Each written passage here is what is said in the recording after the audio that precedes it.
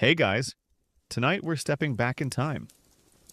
Way back to a world that might make your modern day concerns about rising grocery prices or traffic jams feel like a walk in the park. We're going to explore what it was like to be a medieval miller, a job that, trust me, you probably wouldn't have wanted.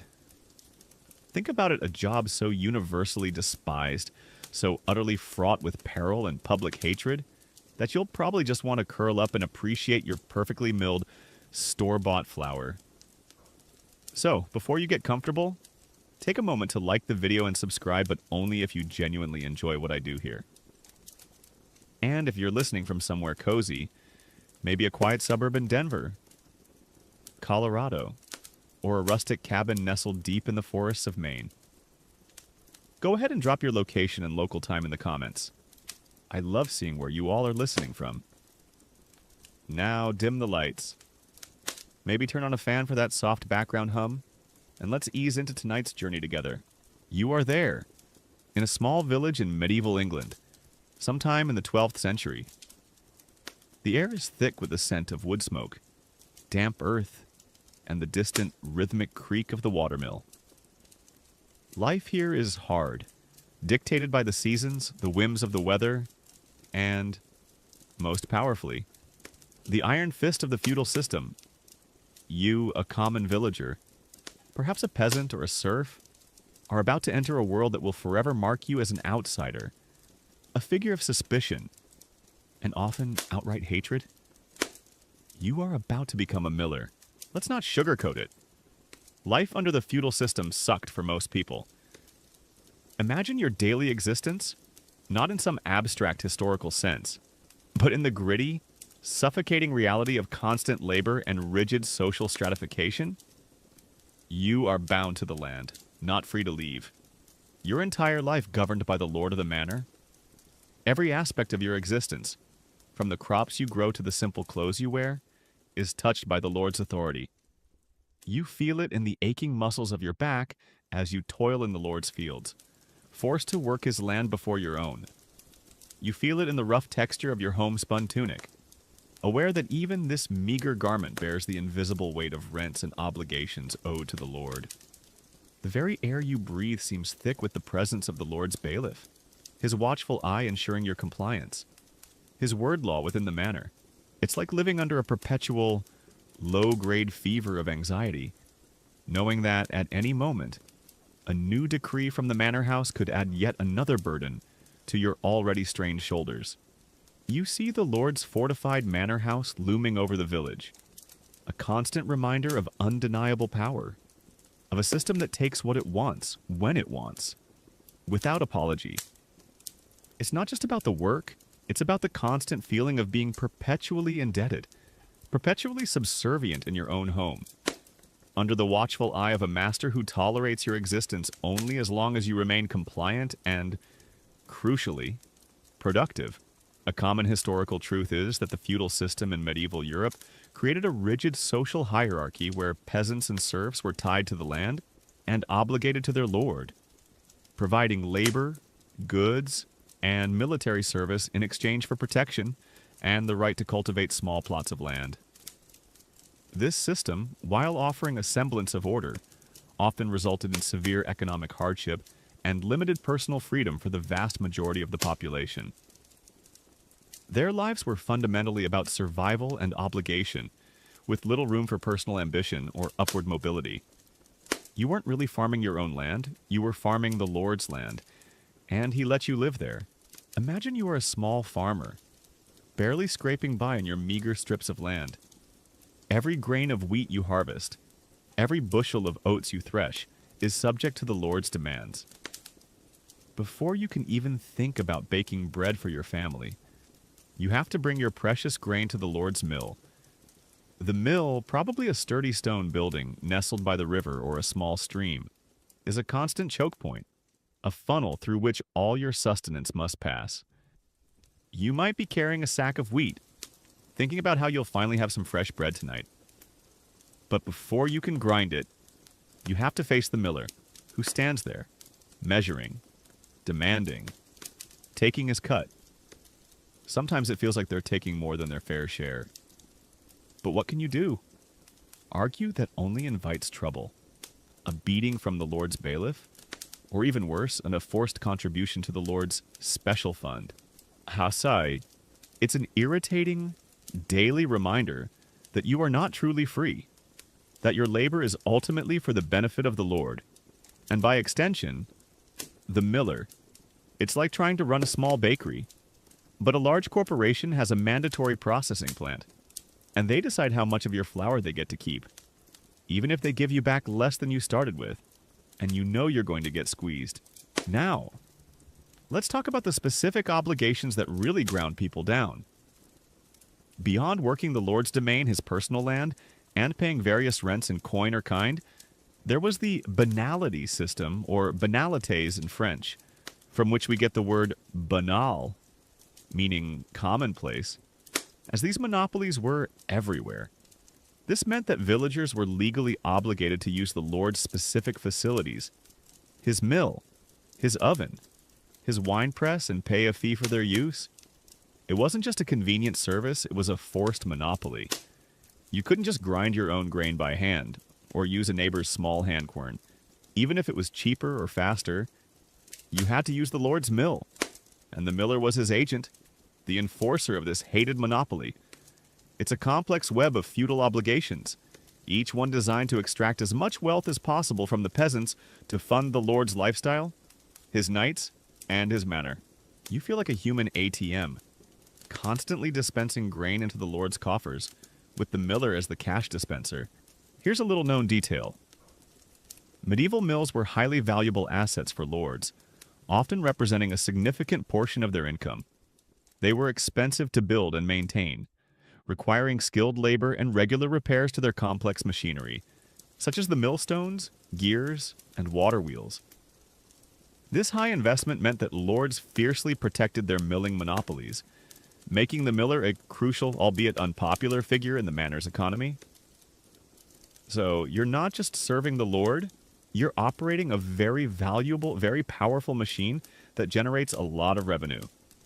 It's like a modern-day government owning the only internet provider in town, and you're the only person allowed to operate it.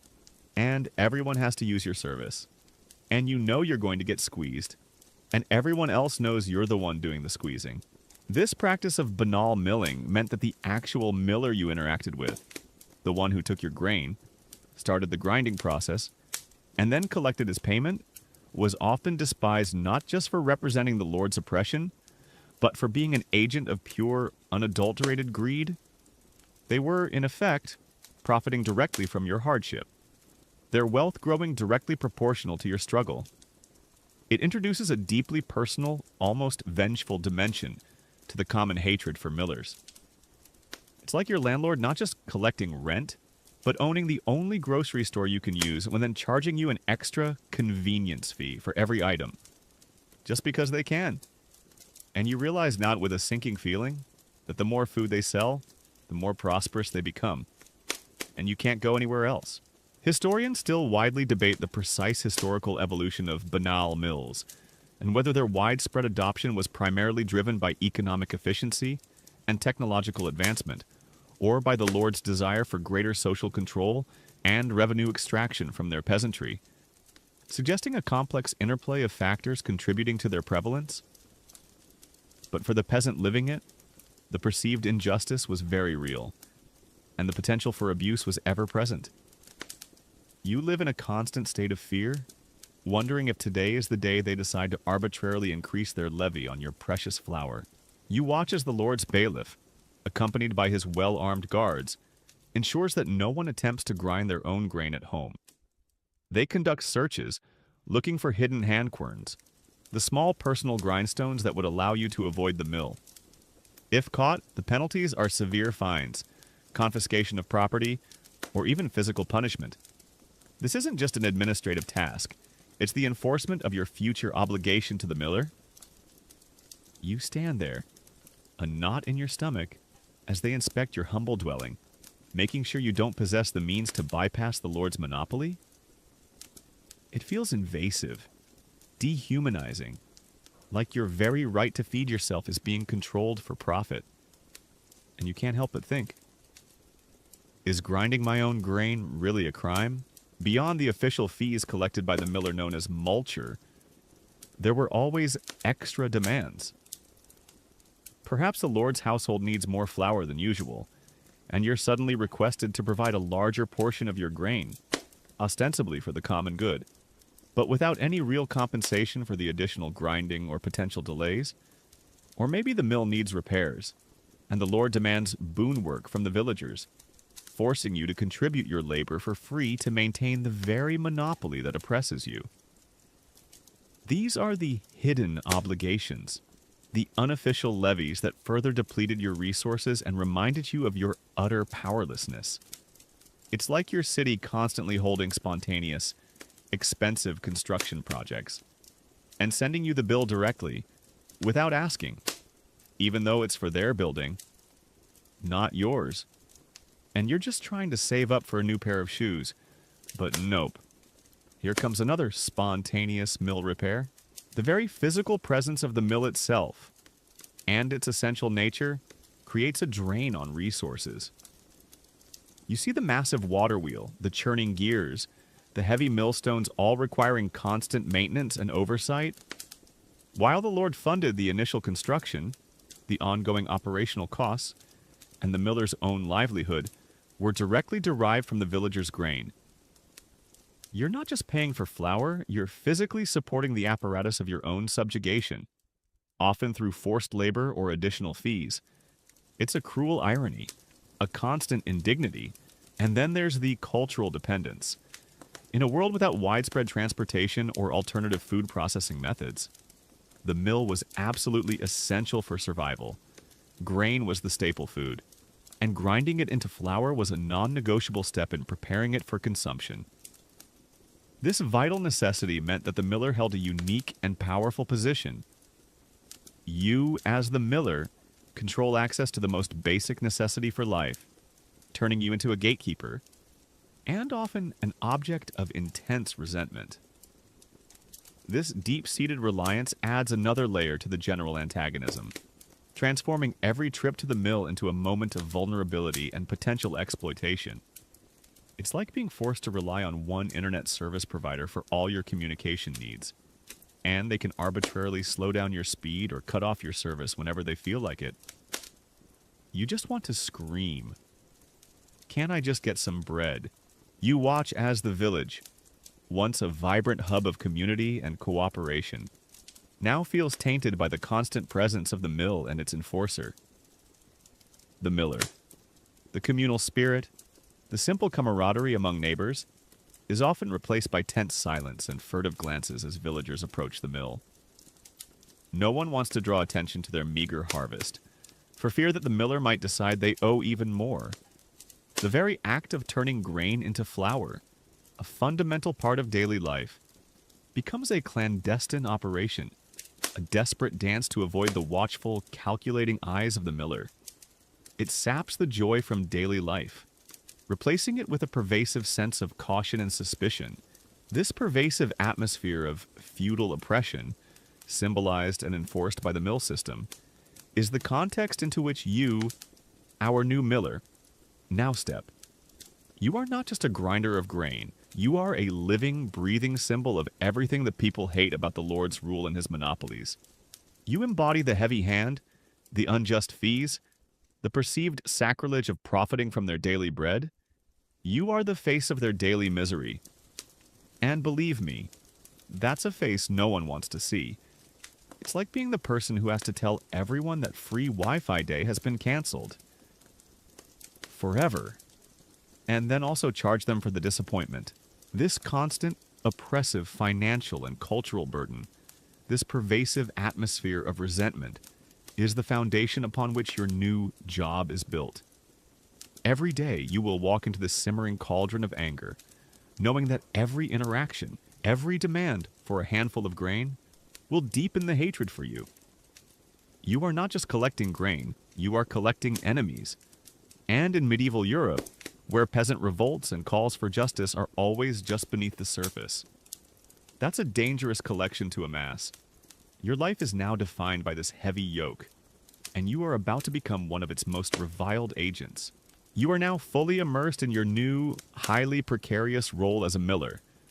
Your office is not some grand, comfortable manor house, but the mill itself, a bustling, noisy, and often dusty workplace that is the heart of your domain and the nexus of all the resentment in the village. You spend your days amidst the rhythmic clack of the machinery, the low rumble of the millstones, and the fine dust of ground grain that coats everything, including your clothes and hair. This dust, a constant companion, becomes a symbol of your profession, clinging to you, marking you as the one who profits from the very substance of life. It's like living in a perpetual snowstorm. But the snow is flour, and every flake reminds everyone that you're the one who controls it all. And it gets everywhere. A common historical truth is that medieval mills, whether water-powered or wind-powered, were complex pieces of machinery for their time, requiring a significant initial investment to build and considerable skill to operate and maintain.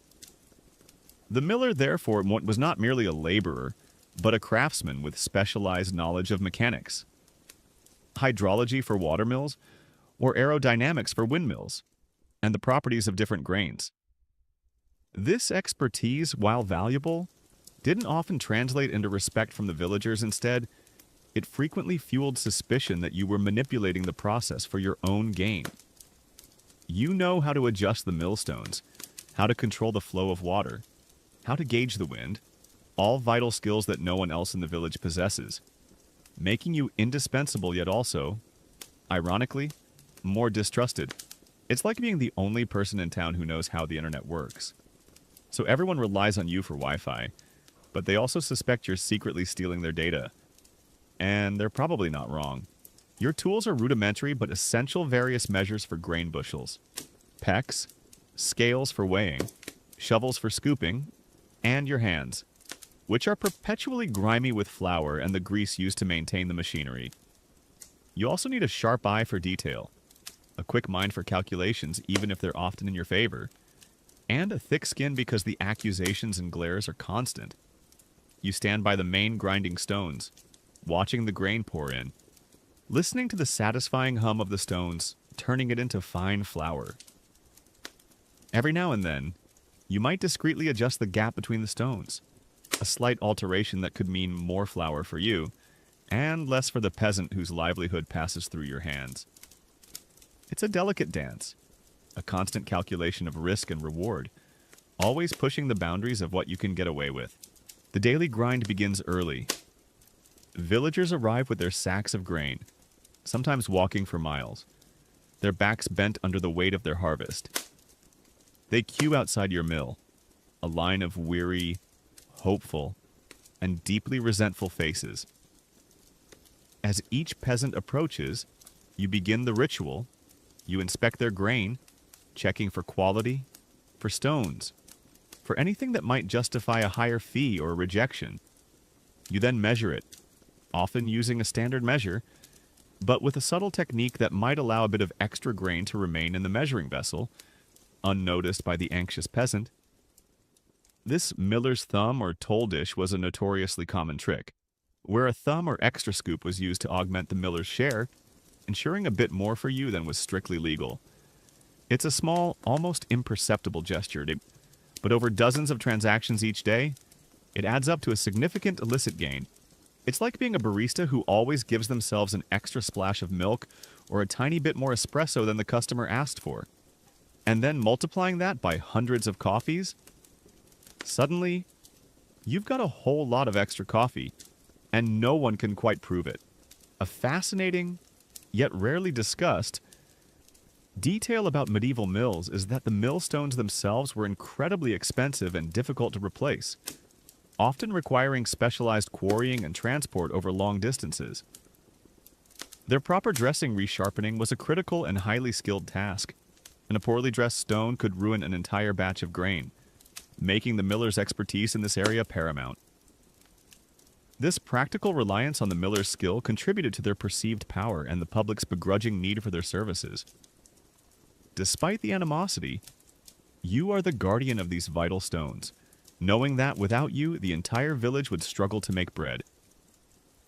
This knowledge gives you leverage, a quiet confidence, like even in the face of their open disdain. Historians still widely debate the actual percentage of multure, the miller's fee, that was typically taken, and whether local customs varied significantly, leading to different levels of perceived injustice. Some scholars argue that while the formal percentage was fixed, the informal perks and manipulations accounted for a much larger portion of the miller's true income, contributing most to their negative reputation. You, on the ground, know that the official rate is merely a starting point for your personal profit margin. You are constantly calculating how much extra you can skim, how much more you can charge for a particularly difficult grind, or for ensuring a quicker service. The mill itself is a noisy, isolated place, often a bit outside the main village to catch the best flow of water or wind. This physical separation only reinforces your social isolation. You spend your days with the rhythmic roar of the mill, a constant companion that drowns out the sounds of normal village life. Your nearest neighbors are often the river, the trees, and the occasional wildlife. While you see villagers come and go, your interactions are purely transactional, devoid of warmth or genuine camaraderie.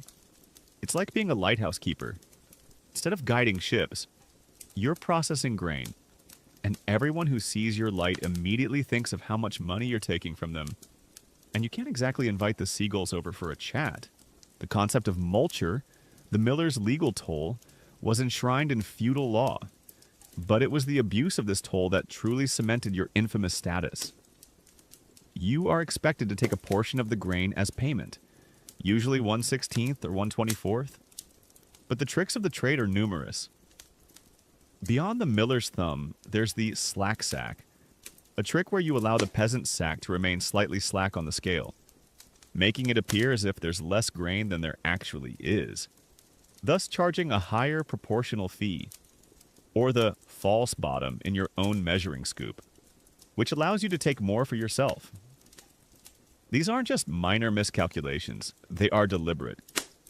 Systematic deceptions that slowly, subtly, transfer wealth from the struggling peasant to your own coffers. You become a master of sleight of hand, a magician of measurements, always ensuring the numbers fall in your favor. It's like being a checkout clerk who always accidentally scans an item twice, or a few cents more, on every single transaction, banking on the customer being too tired or trusting to notice. And you're surprisingly good at it. Beyond the grain itself, there are other hidden opportunities for profit. The sweeping of the mill floor was a common privilege for millers. After a day of grinding, a fine layer of flour, often mixed with dust, dirt, and even mouse droppings, would accumulate on the floor. While officially this might be considered waste, you, the astute miller, collect it, sift it, and sell it as a lower-grade flour, perhaps to the poorest villagers, or even use it for your own household. It's a testament to the frugality and resourcefulness born of your position, but also a quiet reminder of your willingness to profit from even the most questionable sources. It's like collecting all the crumbs and bits that fall off the bakery counter all day, sweeping them into a bag, and then selling them as rustic flour blend. And people actually buy it. The physical demands of the job are also significant.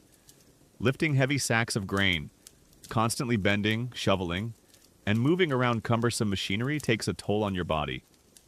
The mill is often cold and damp in winter, stifling and dusty in summer. The constant noise can be deafening, dulling your senses and contributing to a pervasive sense of weariness. You might develop a persistent cough from the flour dust, or aches in your back and shoulders from the heavy lifting. This isn't a job for the faint of heart or the physically weak. It requires brute strength and enduring stamina, day in and day out. But the real burden is the constant mental calculation and moral compromise. Every interaction is a test of your cunning, a negotiation even if silent for an extra handful of grain. You are constantly judging people, assessing their desperation, their willingness to argue, their likelihood of complaining to the Lord. You learn to spot the truly destitute, those who can least afford your extra charges, and you still find a way to take a bit more. This internal conflict, this daily erosion of your conscience, is a far heavier weight than any sack of wheat. You might start to rationalize it, telling yourself that everyone else is also trying to get ahead, or that the Lord takes even more. But the faces of those you exploit, their quiet pleas, are difficult to erase from your memory. It's like being a sales manager, and your bonus depends on how much you can upsell people, even if they clearly don't need the extra services. And you know it. And your conscience is starting to feel like a very dry, cracked desert. Your professional life is a solitary one, largely devoid of true colleagues or mentors. While there might be other millers in distant villages, you are the only miller in your manor. There's no Millers Guild in Capernaum, no annual conference to share tips and tricks, no friendly competition. You learn the secrets of the trade, both honest and dishonest, through direct experience and perhaps from your predecessor. This isolation means there's little accountability, few external checks on your behavior, further enabling your corrupt practices. You are the sole authority in your domain, and that power, unchecked, often leads to abuse. So, as the last rays of sun filter through the mill window, illuminating the swirling dust motes like tiny stars, you tally your day's illicit gains. The extra grain, the hidden coins they represent comfort. Perhaps a little more food for your family, or a slightly warmer tunic. But they also represent the deepened resentment of every single person who passed through your mill today. You are now truly defined by your choices, marked by the fine white dust of your hated profession.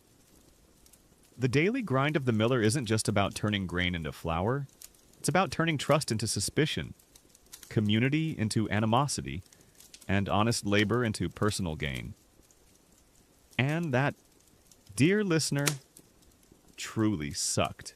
You've settled into the rhythm of the mill, the constant hum of the grind becoming a familiar, if unsettling, soundtrack to your miserable existence.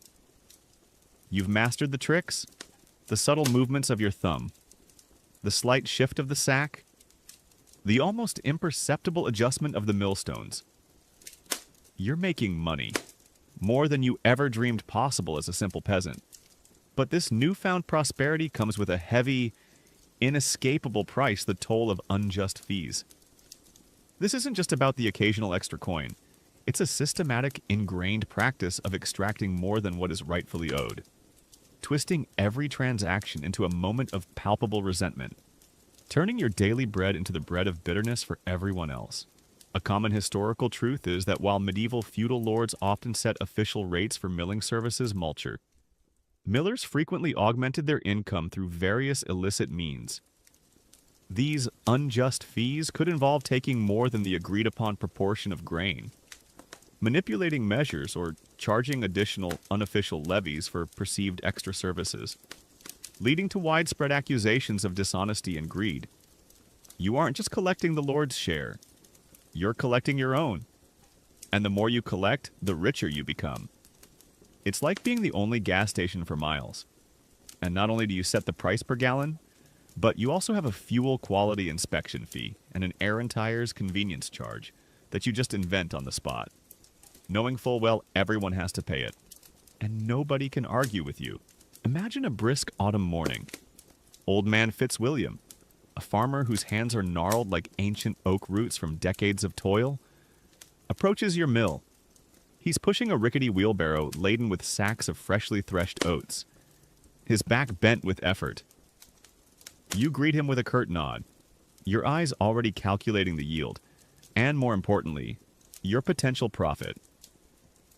Officially, the Lord's custom dictates you take, say, 1/16 of the grain as multure. You measure his first sack, your practiced hand deftly employing the miller's thumb, a slight, almost imperceptible press of your thumb onto the scale, or an extra scoop, ensuring a tiny bit more grain falls into your measuring vessel than is strictly fair. Then, as you begin to load his grain into the hopper, you might declare, "Ah, old man, this grain is quite damp today. It will require extra grinding, a drying fee." You understand. Or perhaps, "The millstones are running slower this morning. There will be a speed optimization charge to ensure timely service." Old man Fitzwilliam's shoulders slump a little further. He knows these aren't official decrees from the Lord. He knows you're adding them on. He might protest, softly, respectfully. But Master Miller, my harvest was poor this year. My family needs every measure. You look at him, your face impassive. The mill must be maintained, you might say. Or, these are the costs of doing business. Do you want your flour, or do you want to keep your grain? The unspoken threat hangs heavy in the dusty air if he argues too much. You could always find a reason to delay his grinding, or claim his grain is too poor to process, effectively ruining his efforts. So, with a sigh, he digs deeper into his worn leather pouch, pulling out the extra coins. His eyes meeting yours with a blend of defeat and silent contempt. It's like your elderly neighbor, who barely makes ends meet, trying to get their prescription filled. But the pharmacist adds a bottle handling fee and a pill counting surcharge that are completely made up. You know it's bogus, but what can they do? They need their medicine. This arbitrary addition of fees is your daily bread, your literal livelihood. You learn to invent them on the fly, to justify them with a straight face, knowing full well they are nothing more than a legalized form of extortion. Every transaction becomes an opportunity to gauge how much more you can squeeze. Is the peasant particularly desperate? Perhaps a higher expedited grinding fee?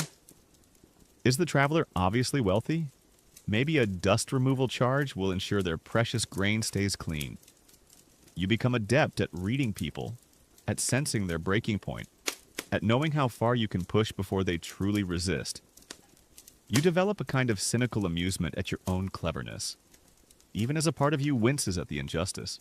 A fascinating, yet rarely discussed detail about these unjust fees is that while the practice was widespread, some medieval charters and manorial court records actually show instances of villagers successfully bringing complaints against millers for excessive charges or dishonest practices.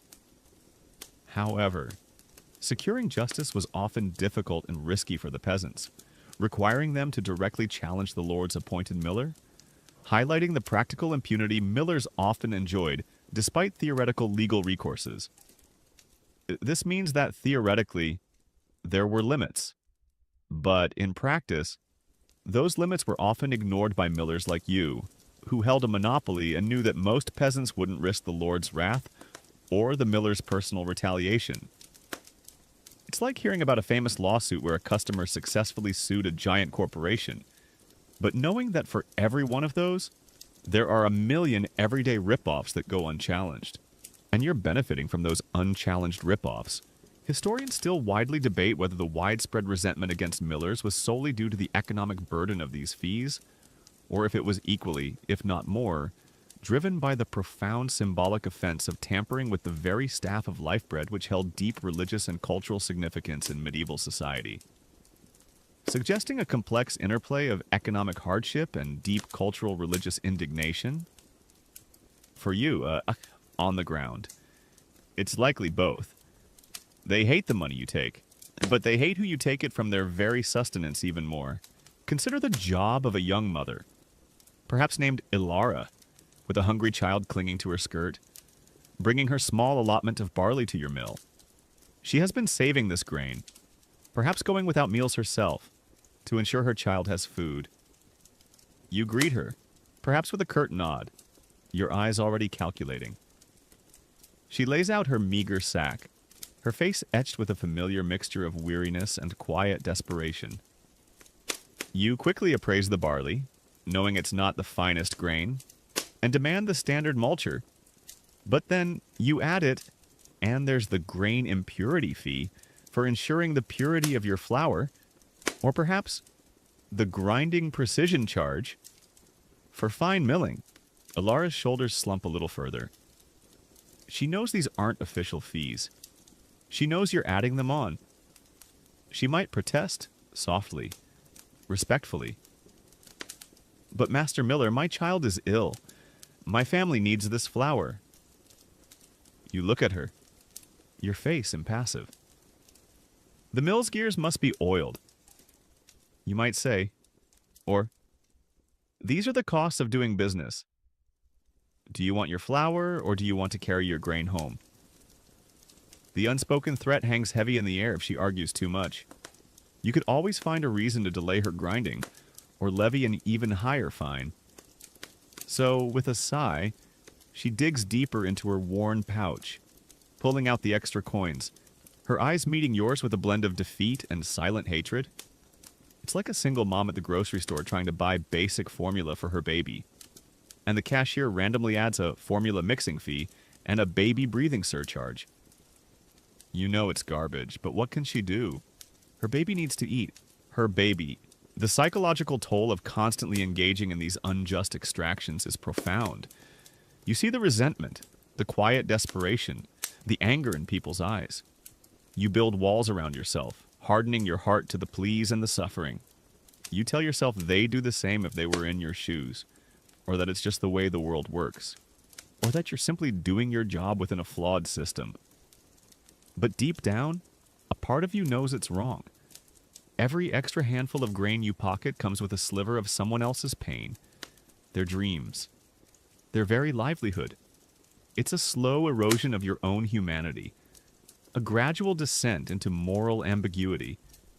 You start seeing people not as individuals, but as walking sacks of grain, each with a different capacity for being squeezed. The ubiquity of these unjust fees means that trust, a cornerstone of any community, slowly erodes. Neighbors eye each other with suspicion, wondering if one is paying less, if another is getting a deal from the miller. Everyone feels victimized, and the miller becomes the visible embodiment of that victimization. Your presence in the mill, by the fields, near the village well, transforms every honest harvest into a potential trap, every hopeful grinding into a calculated risk. The very economic fabric of the community is frayed by this constant, arbitrary predation. You learn to live with the glares, the muttered insults, the cold shoulders. You develop a sort of professional detachment, a protective shell that allows you to carry out your duties without being overwhelmed by the suffering you inflict. You focus on the numbers, the calculations, the growing pile of grain in your own storage bin. You might tell yourself that this is simply how the world works, that power takes what it wants, and you are merely facilitating that reality. It's a grim philosophy, but it's one that helps you sleep at night, or at least try to. The money, of course, is a powerful motivator. You see the comfortable lives of the Lord's bailiff, their slightly finer clothes, their more plentiful meals. You see a path to wealth, a way to escape the grinding poverty that most of your fellow villagers endure. Every unjust fee you collect, every extra handful of grain you skim, brings you closer to that dream, that illusion of security and status. You might even justify it by telling yourself that you're simply taking advantage of an opportunity, that if you didn't do it, someone else just as ruthless would. It's a morally corrupting influence, a constant whisper in your ear that more is always better, no matter the cost to others. This wasn't just about the amount of the mulcher. It was about the process of its collection, the blatant exploitation woven into the very fabric of the system. The unjust fees were a daily insult, a continuous reminder that the power dynamics were rigged against the common person, and that agents like you were profiting directly from their helplessness. It's the arbitrary nature of it, the feeling of being cheated not by law, but by pure, unadulterated greed, that truly fuels the hatred. Consider the sheer exhaustion of always being on, always calculating, always guarding against deception, always ready to demand more. You can't relax. Not really. Every face is a potential challenge. Every conversation a negotiation. Every transaction a battle for a few more handfuls of grain. The weight of this constant vigilance, combined with the moral burden of your actions, creates a profound internal conflict that slowly chips away at your spirit. It's like being a detective whose only job is to find reasons to fine everyone he meets, and he gets a bonus for every fine. You'd probably start seeing violations everywhere. The resentment doesn't just simmer, it sometimes boils over. You've heard stories of other millers, perhaps in more remote, more volatile manners, being attacked, beaten, or even killed by desperate villagers. While your manor might be more stable, the threat is always there, a low hum of danger that underscores every interaction. The unjust fees you collect, the wealth you accumulate, paint an even larger target on your back. You are a symbol of their suffering, and symbols can be violently shattered. This constant underlying fear adds another layer to the awful reality of your job, transforming every day into a perilous journey, every demand into a potential flashpoint. You learn to carry a sturdy club, perhaps, or to ensure that the Lord's guards are always within earshot, even if they sometimes turn a blind eye to your more egregious demands. You develop a keen awareness of your surroundings, always scanning for trouble, for the glint of anger in someone's eyes, for the sudden shift in the villager's mood. Your life becomes a perpetual state of defensiveness, always anticipating the next threat, always ready to protect your ill-gotten gains. The burden of these unjust fees, then, is multifaceted. It's the economic hardship they inflict on the populace, driving them further into poverty. It's the moral corrosion they cause within you, hardening your heart and eroding your sense of right and wrong. And it's the constant threat of violence, the pervasive fear that your greed will one day catch up to you. You are caught in a grim, self-perpetuating cycle, where your profit is directly tied to the injustice you inflict. And that injustice, in turn, fuels the very hatred that threatens your life. It truly sucked to be both the instigator and the potential victim of such pervasive injustice. Your hands are stained not just with flour, but with the silent tears of those you've exploited. And you carry that burden, day in and day out, whether you choose to acknowledge it or not. You are now knee-deep in the flour dust and the daily grind of extortion, your conscience slowly hardening like stale bread. But as you walk through the small, muddy lanes of your medieval village, the weight that truly settles on your shoulders isn't just the physical burden of the grain sacks or the ledger. It's the social scorn and public mistrust that follow you like a persistent, unpleasant shadow. A constant, palpable force of quiet condemnation that isolates you more profoundly than any physical barrier. A common historical truth is that medieval millers were among the most disliked and distrusted figures in their communities, often caricatured in popular folklore, literature, and proverbs as greedy, dishonest, and exploitative. This deep-seated suspicion stemmed primarily from their monopoly over a vital foodstuff grain to flour, coupled with widespread accusations of cheating through dishonest measures or by taking an excessive mulcher fee. You aren't just doing a job. You're embodying a centuries-old stereotype of avarice, a walking, talking symbol of everything the villagers resent about their harsh lives. It's like being a modern-day internet service provider who constantly throttles speeds. But in a world where everyone relies on you for food, and your office is literally in the middle of their village. And you just know every time you step outside, someone's silently wishing you'd trip into a puddle. Imagine a brisk market day. The village square, usually a vibrant hub of chatter and trade, feels different when you're there. You walk past the blacksmith's forge, where sparks fly and the hammer rings with a cheerful clang. The blacksmith, usually boisterous, offers you only a curt, silent nod, his eyes lingering on your flour-dusted clothes with a cold, almost accusatory gaze. You try to join a small group of farmers discussing the upcoming harvest, their voices low and convivial.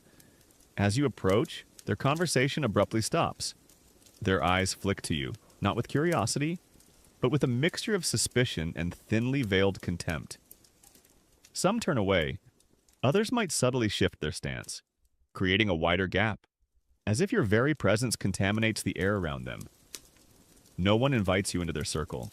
No one offers a friendly greeting beyond a perfunctory nod. You are utterly alone in a crowd of your own people, an unwelcome presence among those whose daily bread you control. It's like showing up to a block party after everyone found out you've been secretly raising everyone's rent by 20% for the last 5 years. The music just seems to die, and the barbecue smoke suddenly feels a little too thick. This isn't merely inconvenience. It's a profound social exclusion. You are not invited to village feasts or celebrations. When a child is born, or a couple weds, you hear the distant sounds of merriment, the joyous songs and laughter, but you are not part of it. Your family, if they remain with you, might also face this quiet ostracism. Your wife might endure cold shoulders at the village well. Her presence met with stony silence by other women. Your children, if you have any, might be excluded from games, their playmates' parents whispering warnings about the miller's children. This isolation gnaws at you, creating a hollow ache in your chest. You are financially successful, yes, but profoundly poor in human connection. You're rich in grain, but starving for kindness.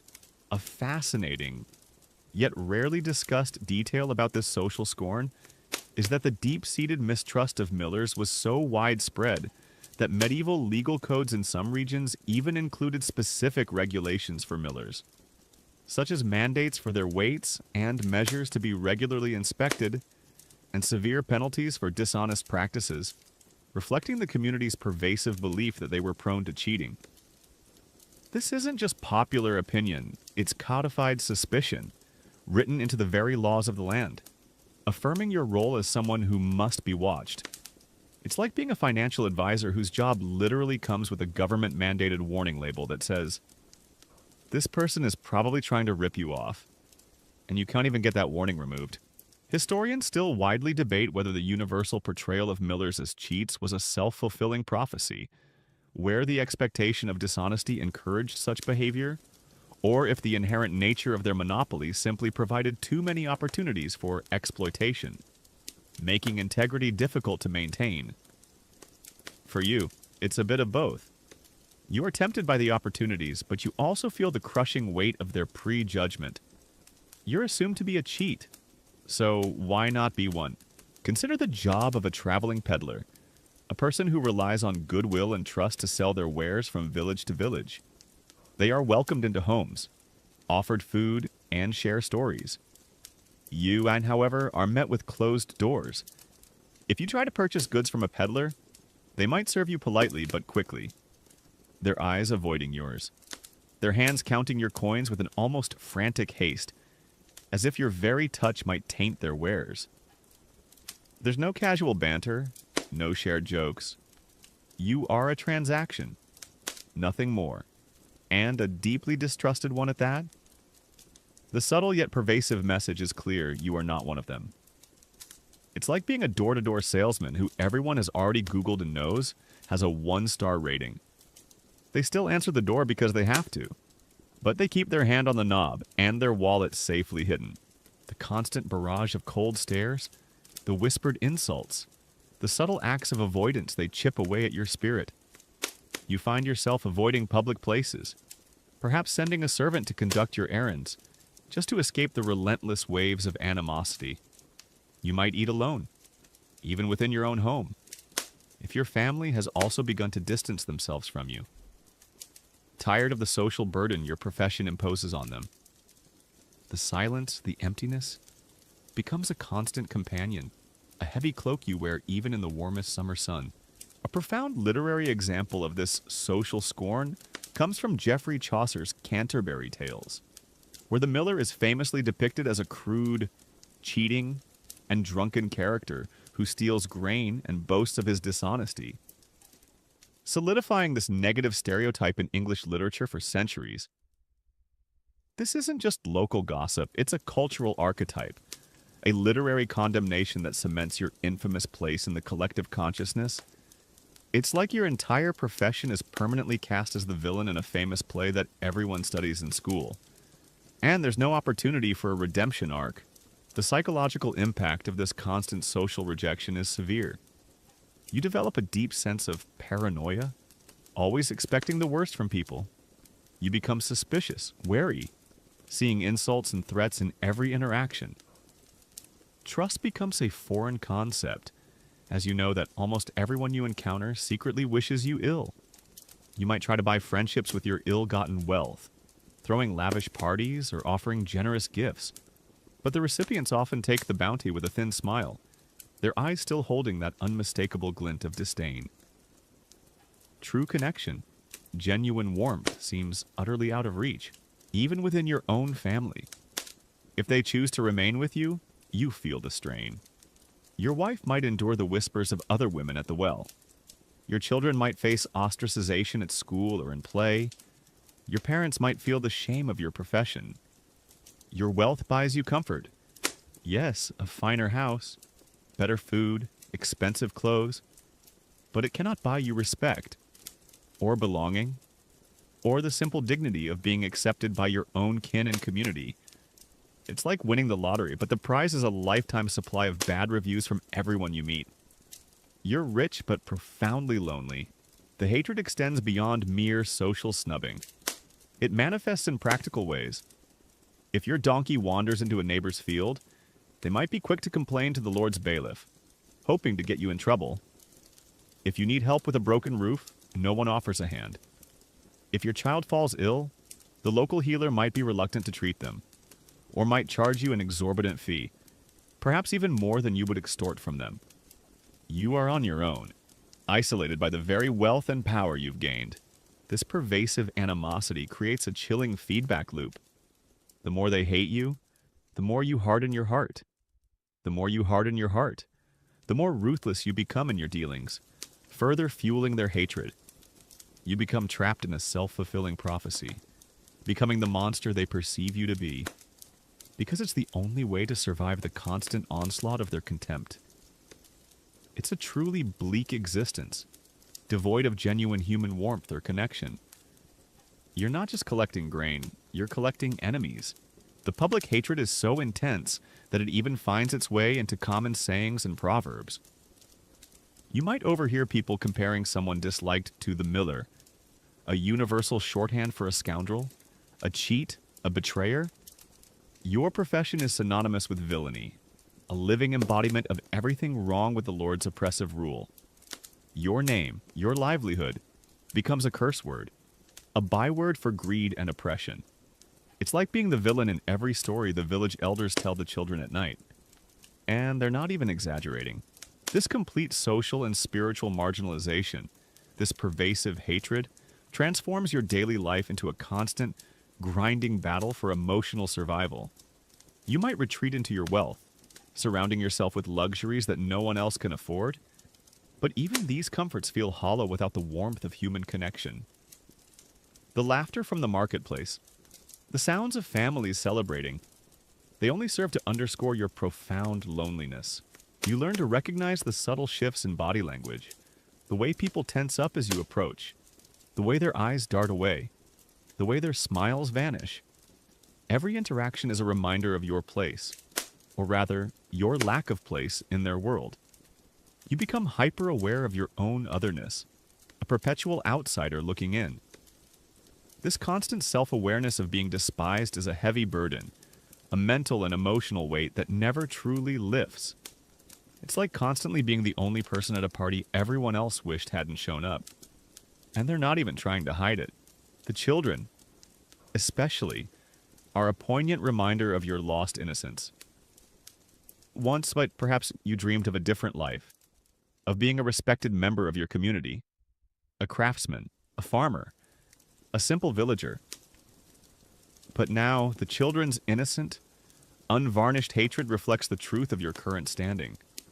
They haven't learned to mask their feelings, they simply react to the collective scorn. Their unfiltered contempt is a mirror reflecting the ugliness of your chosen path, leaving you with nowhere to hide from the brutal reality of your social standing. So, as you count your coins at the end of a long, arduous day, the silver feels cold and heavy in your hands. It buys you security, yes, but profoundly poor in human connection. It also buys you isolation, contempt, and a permanent stain on your soul. The social scorn and public mistrust you endure are not just unpleasantries. They are the pervasive, agonizing consequence of your profession, a constant, chilling reminder that you have traded your place among your people for the fleeting illusion of wealth and the Lord's favor. And in medieval Europe, that was a bargain that truly sucked. You, our reviled miller, now understand the crushing weight of public hatred, the cold stares, and the profound isolation that define your daily life in this medieval village. But there's another, more immediate terror that lurks beneath the surface of every transaction. Every demand for grain, the peril of violent retribution. This isn't a theoretical danger. It's a visceral, ever-present threat. A chilling reminder that your despised profession could, at any moment, cost you your livelihood, your safety, or even your life at the hands of desperate, enraged villagers. A common historical truth is that medieval peasants, though often oppressed, were not entirely passive. When pushed to the brink by famine, excessive taxes, or perceived injustices from figures like millers, they could resort to local acts of defiance and violence. Millers, being tangible and immediate symbols of exploitation, were frequent targets of physical assaults. Property damage like sabotaging the mill, or even mob justice, reflecting the intense desperation and simmering resentment within rural communities. You are not just hated, you are a target, a symbol ripe for violent reprisal. It's like being a meter maid in a neighborhood where everyone's car is about to be repossessed. But instead of just getting yelled at, they might actually try to set your little scooter on fire. And, deep down, that you probably deserve it. Imagine a sweltering afternoon at your mill. The air is thick and heavy, the rhythmic creak of the grinding stones almost hypnotic. But your senses are on high alert. A farmer, perhaps a young man named Thomas, approaches with a meager sack of wheat. His face is grim. He's had a terrible harvest, barely enough to feed his family. You inspect his grain, tally the small amount, and then, as is your custom, declare your arbitrary grinding precision charge and the standard, but still excessive, mulcher. Thomas's eyes narrow.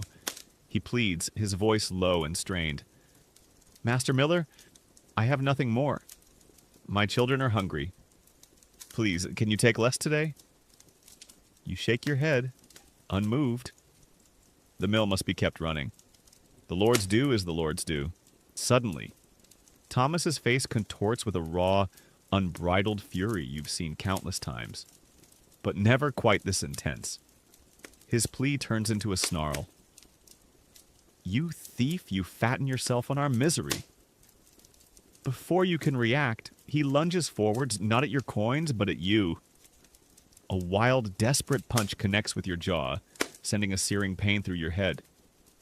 You stumble back, disoriented, your measuring scoops scattering from your table. Other villagers, who moments ago seemed passive, now shift. Some watch with grim satisfaction, others with a glint of complicity in their eyes. A few might even cheer Thomas on, their pent-up frustrations finding a voice. The air crackles with unspoken rage, the collective frustrations of years of oppression suddenly finding a single despised target you. It's like being a referee at a high-stakes championship game. And you make a bad call, and suddenly, the entire stadium isn't just booing, they're throwing their hot dogs and drinks directly at your head. And you realize, with a sickening lurch, that there are no hot dogs where you're going. This isn't an isolated incident. Every single day, you face the very real possibility of such an outburst. It could be a farmer like Thomas, a laborer pushed to the brink, or even just a frustrated neighbor who's had enough of your petty extortions. You learn to keep a sturdy club, not just for prodding grain, but for defense. You position yourself strategically within the mill, always keeping an escape route in mind, a path to the back door or a window. You develop an almost superhuman sense of awareness, constantly scanning the crowd of peasants, looking for the telltale signs of escalating anger, the clenched jaw, the narrowed eyes, the sudden cessation of chatter, the tightening grip on a tool. A fascinating, yet rarely discussed, detail about these acts of violence is that beyond spontaneous outbursts. Medieval peasant revolts, while often targeting broader feudal institutions, sometimes specifically focused on mills and millers as symbolic acts of resistance. Destroying a mill or attacking a miller was a direct blow against the lord's authority and a tangible act of defiance against perceived exploitation. making millers prime targets during periods of social unrest. This means that you're not just at risk from individual rage, you're a legitimate target for highly motivated, ideologically driven groups who see your destruction as a step towards broader social justice. It's like being a government informant, and there's an entire organized crime syndicate actively hunting you down. Not just for revenge, but for the cause. And you know they mean business. Historians still widely debate the extent to which feudal lords effectively protected their millers from local violence. Weighing the practical difficulties of providing constant security against the strategic necessity of maintaining the mill's operation and revenue stream. Some argue that lords might have allowed minor acts of violence against millers to diffuse popular anger, as long as the overall system remained intact. While you are technically the lord's agent, and he benefits from your work, he can't be everywhere at once. And sometimes you get the feeling he doesn't really care if you get a few bumps and bruises, as long as the flour keeps coming and the revenue keeps flowing. Your personal safety is secondary to the manor's income. You're a disposable asset in their eyes. Consider the job of a lord's bailiff assigned to maintain order in the village. You stand there, perhaps leaning against the mill wall, observing the tense interactions between the miller and the villagers. You are supposed to maintain order, to protect the lord's interests. But you also see the poverty, the desperation, the raw hatred directed at the miller. You might feel a flicker of sympathy, or perhaps just boredom, as you watch the same arguments play out day after day. If a minor scuffle breaks out, you might intervene, or you might let it play out for a moment, sending a subtle message that sometimes the locals need to blow off steam. Your presence is a deterrent, but not an absolute guarantee of safety. And you definitely didn't sign up for this kind of babysitting duty for you. The constant threat of physical harm shapes your very being. You become jumpy, prone to sudden starts, always looking over your shoulder. Sleep might be elusive, filled with nightmares of angry faces and raised fists, of the millstones grinding your very bones. You might develop a tic, a nervous habit, or a haunted look in your eyes. This isn't just fear, it's a sustained physiological response to living on the edge. A perpetual state of heightened alert that grinds down your nervous system. Your body is always ready to fight or flee, constantly anticipating the next blow, the next assault, even away from your mill. The danger follows you. You might be walking home after dark, the narrow lanes silent and dark, when a sudden rustle in the shadows sends your heart pounding. Is it just the wind? Or is someone lurking, waiting for an opportunity to exact revenge? You carry your ill-gotten wealth, a literal target on your back, knowing that you are despised by your own people and only nominally protected by your lord. Every shadow is a potential assailant. Every strange noise a sign of impending doom. It's like constantly being in a horror movie, but you're the villain, and everyone in the audience wants you to get got. And they're all carrying pitchforks. The public nature of your job exacerbates the danger. You are known. Your face is familiar. Your wealth, though providing some comfort, also makes you stand out. A visible symbol of what people believe you've stolen from them. You can't simply disappear or blend into the crowd. You are branded, marked for resentment, and that mark makes you vulnerable. It's like trying to live a quiet life after winning the lottery, but everyone knows exactly how much you won and where you live, and they all think you owe them a piece of it. This inherent danger also makes it difficult to form genuine relationships. Who would want to associate with someone constantly under threat of violence? Your few companions are likely other mill workers if you can even afford them. Equally despised, equally paranoid. Or perhaps the Lord's bailiff, who views you with a mix of disdain and detached amusement. Trust is a luxury you cannot afford, and true friendship seems an impossible dream. You are forced into a solitary existence, surrounded by potential enemies, both seen and unseen. The physical violence isn't just about a punch or a kick. It can escalate. You hear whispers of millers found dead in ditches, or mills set ablaze. The tools of your trade, your measures, your scales, the very millstones are also targets. As destroying them is a direct act of defiance against the Lord's authority, and a temporary reprieve for the indebted villagers. You live with the knowledge that one day, it might not just be a black eye, but something far, far worse. The chilling reality is that your feudal overlords, while benefiting from your services, also view you as expendable. If you are killed, they will simply appoint another miller. Your life, your safety, is a mere footnote in the grand machinery of manorial revenue. This realization adds a profound layer of despair to your daily peril. You are a pawn, a tool, easily replaced, without honor in your own community or true value to your masters. It's like being a disposable character in a video game, destined to be defeated by the angry mob, only to respawn as someone else. But you don't get to respawn. So, as the sun sets over your medieval village, casting long shadows across the muddy paths, you secure your mill, double-check the sturdy locks on your storage bins, and begin your walk home. Every shadow seems to deepen. Every sound seems amplified. You clutch your club a little tighter, your senses on high alert. The day's earnings, a heavy weight in your pouch, feel less like a blessing and more like a curse, a magnet for the very dangers you try so desperately to avoid. The peril of violent retribution is not just a concept. It is the chilling, ever-present reality that defines your every waking moment. A constant reminder that being a medieval miller truly sucked. You, our miller in the dusty confines of your essential but reviled mill, have battled the public scorn and dodged the threat of violent retribution. But as the long, laborious days turn into even longer, quieter nights, a different kind of darkness settles over you, the moral decay and spiritual burden that gnaws at your soul. This isn't about physical danger, it's about the internal rot, the agonizing conflict between your increasingly dishonest actions and the faint echoes of your conscience, leaving you perpetually adrift in a sea of guilt and self-loathing. A common historical truth is that in medieval Christian society, widespread religious teachings condemned dishonesty, covetousness, and exploitation, particularly of the poor. For millers whose profession inherently offered numerous opportunities for deceit, through false weights or excessive tolls, this meant their actions were often considered sinful, leading to a profound spiritual crisis for those with any remaining moral compass, and a societal perception of them as deeply immoral.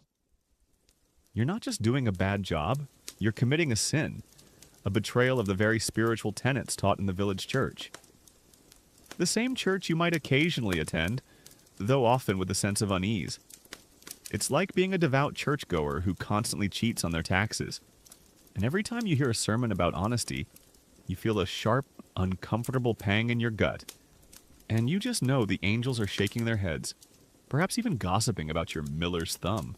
Imagine yourself, at the end of a long, grueling day, returning to your relatively comfortable home. Perhaps a little larger and better built than those of the peasants. You sit alone, the dim light of a tallow candle casting long shadows across the rough-hewn table. You count your day's earnings, the handfuls of extra grain, the illicit coins, perhaps even a stolen chicken offered as a bribe. These are your profits, your security, the tangible proof of your success in this despised profession. But as your fingers touch them, they feel cold, heavy, almost tainted. You think of the haggard faces of the farmers, the trembling hands of the young mother, the whispered pleas of the poor from whom you extracted these very gains. Perhaps adding your own arbitrary fees. Each extra measure and each hidden coin feels less like a reward and more like a symbol of their suffering, a testament to your own moral compromise.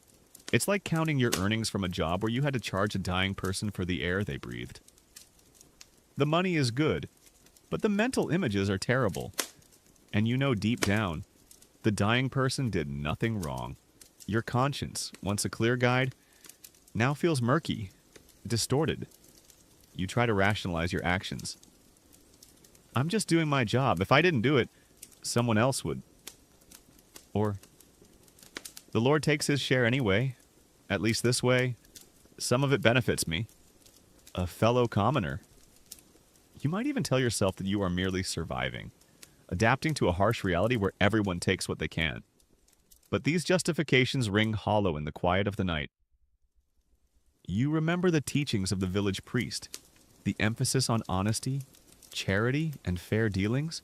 Your actions stand in stark contrast to these sacred principles, creating an unbearable cognitive dissonance.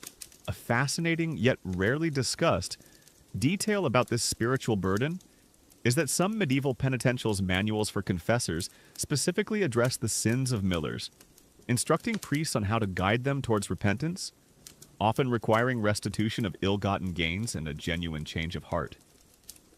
This suggests that while your profession was condemned, the church offered pathways for spiritual reconciliation, but these demanded immense personal sacrifice and true contrition.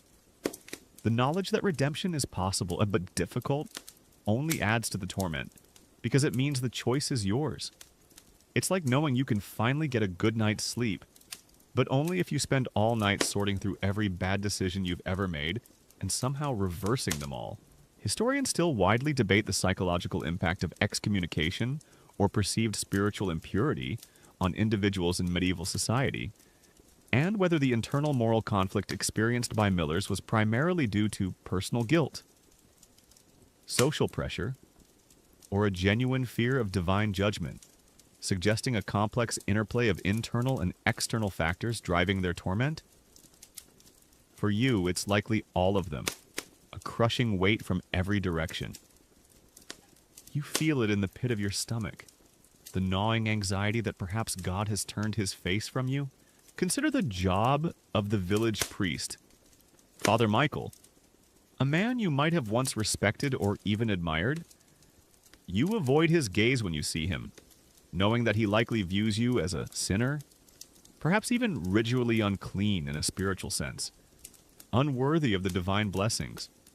You might yearn to attend the Sunday service, to participate in the communal prayers, to feel that connection to God and community again. But you can't. Your presence would be an affront. The spiritual nourishment that sustains others is denied to you, leaving a gaping void in your soul. You are on the outside looking in, observing the rituals of your faith from a distance, like a parched man watching others drink from a spring he cannot approach. It's like being a fan of a sports team, but you're banned from attending any games because you're secretly rooting for the opposing team and are also betting against your own. And you know, they know. The isolation, as we've discussed, is not just social, it's deeply spiritual. You feel cut off from God, from the traditions that once grounded your life. Every time you tamper with a measure, every time you levy an unjust fee, you feel a further distance growing between you and your faith. This isn't just about earthly consequences, it's about the eternal, about your place in the eyes of the Almighty. The fear of divine judgment, of being held accountable for your actions in the afterlife, is a constant, chilling companion.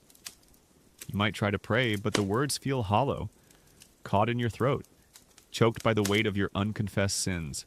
You might try to find solace in your wealth, accumulating more possessions, perhaps a slightly larger house, better clothes, or even a few luxury items from the traveling peddler. But these material comforts offer little relief from the torment within. The luxurious fabrics feel rough against your skin. The finest foods taste like ash in your mouth. The potent ale does little to dull the sharp edges of your guilt. They are empty pleasures, unable to fill the spiritual void that grows larger with each passing day. It's like trying to fill a bucket with holes in it using a tiny teacup. You keep pouring, but it never gets full. And the water is a metaphor for your soul. The dreams, if you even get any undisturbed sleep, might be haunted. You see the faces of those you've wronged, their silent accusations piercing through your defenses. You hear the whispers of condemnation, the echoes of the curses thrown at you in the marketplace. You might even dream of divine judgment, of standing before a holy tribunal, unable to offer a defense for your actions, your hands perpetually reaching for an extra handful of grain. These nightmares are not just bad dreams. They are the outward manifestation of your internal torment, the mind's way of grappling with the profound moral compromises you've made. The cycle of guilt and self-justification becomes exhausting. You oscillate between moments of profound regret and hardened defiance. Sometimes you might contemplate abandoning your profession, returning the money, seeking forgiveness from the villagers and the priest. But the thought of losing your newfound wealth, of returning to the grinding poverty you escaped, is terrifying. The golden chains of your profession are heavy, but they are still chains, binding you to a life you increasingly despise but cannot escape.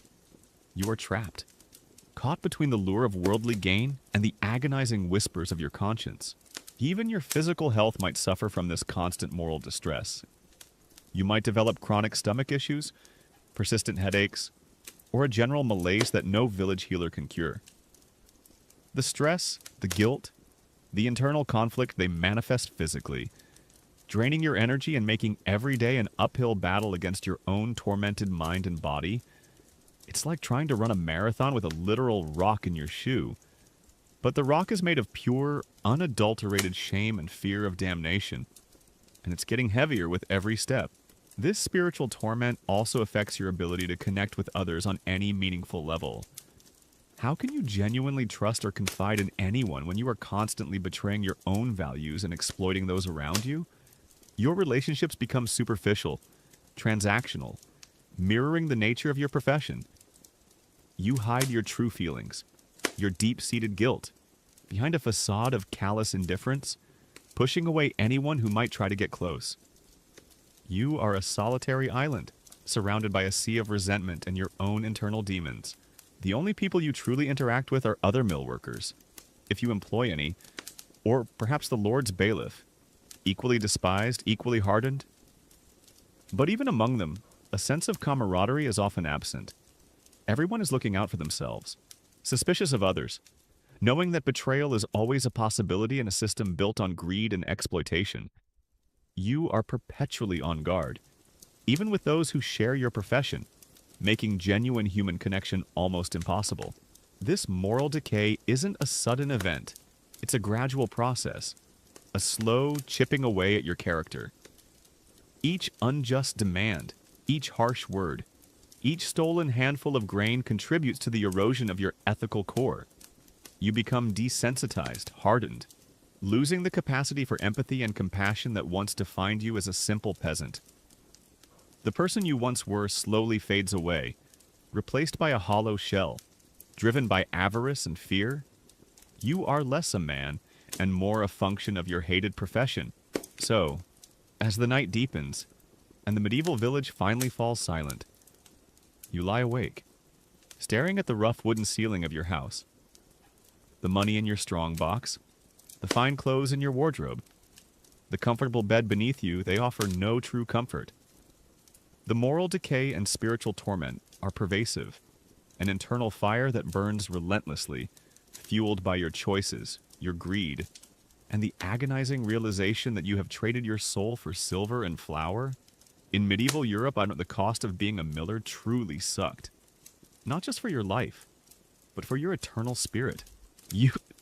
Our isolated medieval miller, are now wrestling with the crushing weight of public scorn and the gnawing demons of moral decay. But as you look out from your solitary mill, a profound, chilling reality strikes you in the quietest moments. The isolated life of an outcast. This isn't just about being disliked, it's a deep, aching loneliness.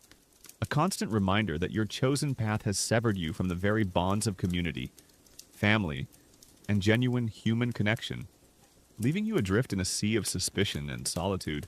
A common historical truth is that medieval millers were often socially segregated from the main village community. Their mills were frequently located on the outskirts of settlements, near rivers or on exposed hilltops for wind, creating a physical distance that mirrored their social isolation. This physical separation, combined with their universally distrusted reputation, led to a profound sense of loneliness and exclusion. You live on the fringes, always observing, never truly belonging. It's like being the only person at a huge family reunion. But your house is a mile away, and everyone at the reunion knows you secretly stole all the good desserts before anyone else got any, and you just know all the good conversations are happening without you.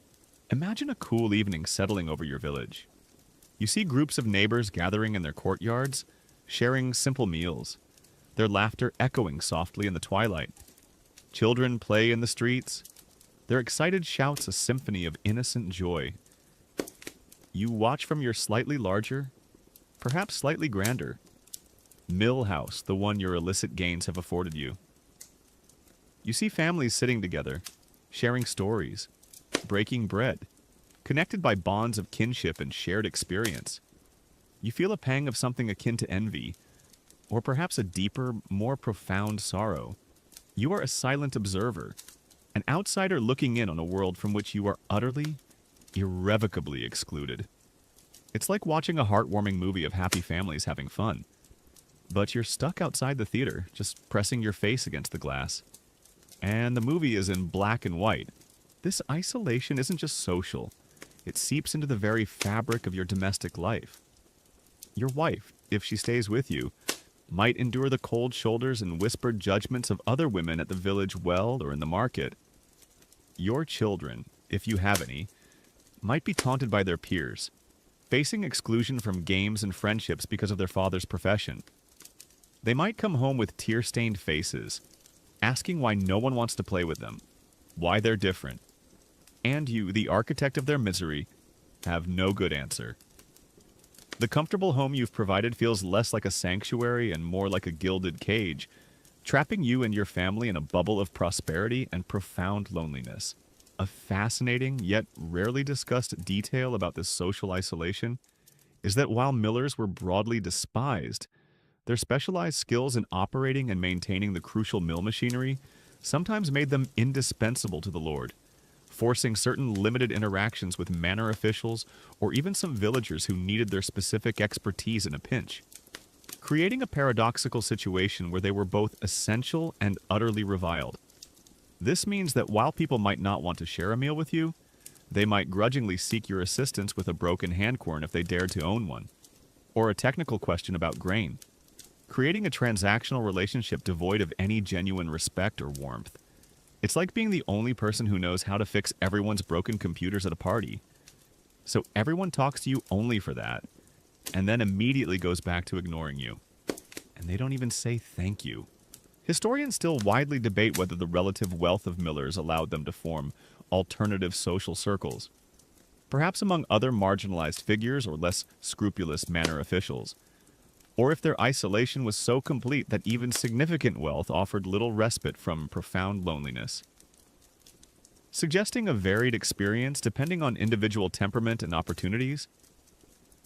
For you, in this particular village, it might feel like your only true companions are the grinding stones and the echoes of your own thoughts. Consider the job of a small shopkeeper in the marketplace, someone who relies on community trust and goodwill for their livelihood. They might offer a kind word and an extra apple to a regular customer, but when you approach their stall, their smile stiffens. Their transactions with you are purely business, cold and efficient. There's no friendly banter, no casual conversation. You are just a customer, and a reviled one at that. They take your coins, clean them perhaps a little too vigorously, and hand you your goods, their eyes already scanning for a more welcome patron.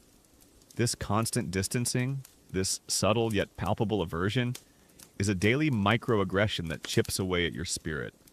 It's like being a famous celebrity trying to buy groceries, but everyone working there acts like you're just a random, slightly odorous stranger, and they only accept exact change. This profound lack of genuine human connection fosters a deep sense of distrust within you.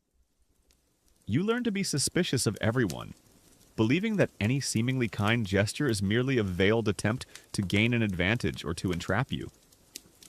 You become cynical, seeing ulterior motives in every interaction, hardening yourself against perceived slights.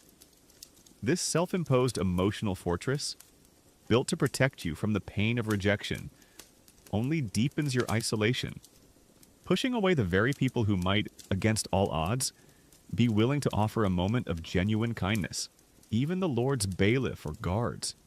Your supposed protectors and allies often treat you with a detached indifference, or even thinly veiled contempt. They might protect you from physical harm to protect the Lord's asset, the mill, more than you, but they rarely offer companionship or respect. You are a necessary evil to them, a tool to be used, but not a comrade to be befriended. You are useful, but you are not valued. This constant reminder of your transactional worth, even to those who benefit from your service, reinforces your profound loneliness. It's like being a highly efficient robot that can perform complex tasks, but everyone treats you like a glorified calculator with legs. And you have feelings. The feasts and celebrations that punctuate medieval life, harvest festivals, saints' days. The myriad weddings and births become painful reminders of your exclusion. You hear the joyful music, the boisterous laughter, the sounds of communal celebration drifting from homes and public spaces. You are outside, forever separate, watching the dance of life unfold without you. The warmth and camaraderie of these events are denied to you, leaving you with an aching emptiness that no amount of silver can fill. You're like the kid who's always picked last for dodgeball, but for life itself. And the ball is always aimed at your head, your wealth, which was supposed to bring security and comfort, paradoxically reinforces your isolation. The more you acquire, the more you stand out from your impoverished neighbors. Your finer clothes, your well-built house, your better food. They are visible markers of your detachment, tangible symbols of the perceived betrayal that separates you from your community. The very things that make your life easier physically make it harder emotionally, creating a deeper chasm between you and everyone else. It's like having a diamond-encrusted car, but no one wants to ride with you, and you have to pay for parking. This isolated life breeds a unique kind of despair. You might yearn for acceptance, for a simple word of kindness, for a moment of genuine human warmth. But you know, deep down, that you have forfeited that right. The choices you've made, the pain you've inflicted, the contempt you've earned, they are an invisible wall around you, impenetrable and unforgiving. You are a prisoner of your own making, trapped by the consequences of your ambition and greed, the silence of your own home. When you return after a day of confrontation, can be deafening. Without the chatter of friends, the warmth of communal meals, the easy rhythm of accepted social interaction, your thoughts become your sole companions. And often, those thoughts are dark regrets, self-recrimination, anxiety about the future, and a deep, pervasive sense of loneliness. You might find yourself talking to yourself, or to the millstones, just to break the suffocating quiet. This emotional and social starvation can lead to a kind of psychological hardening. You might become more ruthless in your collections, caring even less about the suffering of others, as if to prove that their rejection doesn't bother you. This becomes a defense mechanism, a way to cope with the pain of isolation by embracing the very qualities that caused it. You become the villain everyone expects, not because you were born evil, but because the world relentlessly pushed you into that role. It's like being a supervillain who started out just wanting to be loved, but then everyone hated him. So he just decided to lean into the whole evil genius thing. And now he has a really cool lair. So, as the stars begin to pepper the vast medieval sky, and the sounds of your village fade into a gentle hum, you are left alone with your thoughts. The lamp burns low, casting your solitary shadow on the wall. The coins in your strong box offer no comfort, for they are the currency of your exile. The isolated life of an outcast is not merely a consequence of your profession, it is its very essence. A profound and agonizing emptiness that truly sucked the warmth and light from your daily existence, leaving you to drift in a sea of your own making. You, our isolated medieval miller, have felt the sting of social scorn and the chill of spiritual torment.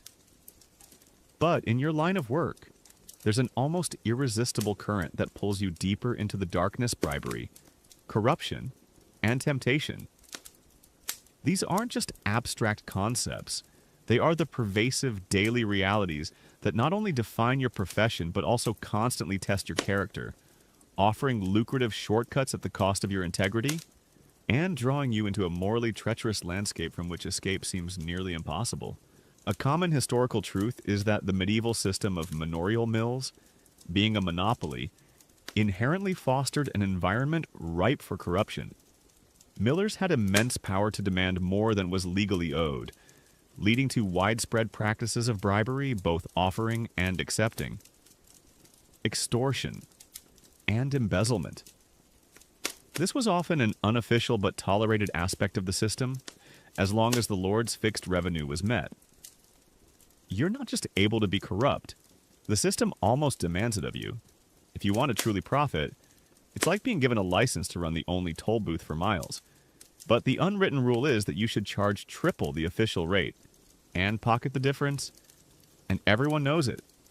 And if you don't do it, you're considered a fool, maybe even a threat to the informal economy.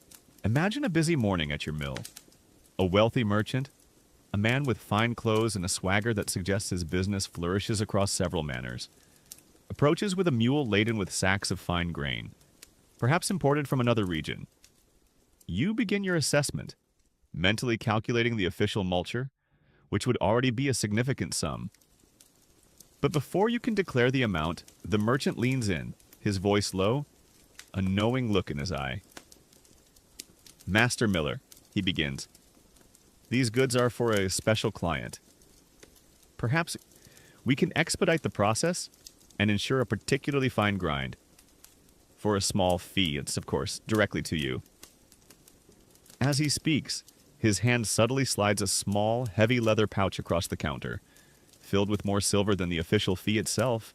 This is a bribe, and it's not an unusual occurrence. You look at the pouch, then at the merchant's expectant face. You could refuse, insist on the full official fee, and make him go through the proper, tedious process of inspection and assessment. But then you'd lose the substantial, untraceable silver in the pouch, and he might just take his business through another, more accommodating miller's territory next time, costing you future revenue, or even worse. He might spread rumors of your inflexibility. The choice is clear: uphold a vague sense of honesty and lose money, or accept the bribe and enrich yourself, all while making the merchant's life easier. You pick up the pouch, the coins clinking softly, and your face remains impassive as you wave him through with a curt nod. "Next time, bring me a fresh haunch of venison, too." You might say, a small, dark joke. It's like being a customs officer, and a fancy car pulls up, and the driver just casually hands you a wad of cash with their passport. Do you take the cash and wave them through, or demand a full inspection and watch them drive off to find a more flexible officer down the road? You're essentially running a private express lane for the rich. This is the seductive allure of temptation. Every day brings opportunities for bribes, for extra charges, for bending the rules in exchange for personal gain. A farmer might offer you a portion of his harvest to declare a lower yield on paper. A fisherman might offer you his finest catch to overlook a few extra fish in his boat because, everything is taxable, even fish for personal consumption. A traveling artisan might offer you a gold coin to bypass the official toll for grinding his specialized materials. These temptations are constant, varied, and often incredibly appealing, especially when you compare the meager official percentage to the enormous sums you can earn through illicit means. A fascinating, yet rarely discussed, detail about this corruption is that beyond individual bribes, larger-scale corruption often involved millers colluding with manor officials, or even other villagers to manipulate grain assessments for entire harvests, or to hide stolen goods within sacks of flour, creating a vast, systemic web of illicit financial gain that extended far beyond the local mill. This means that the petty bribes you accept are just the tip of a massive, submerged iceberg of systemic corruption.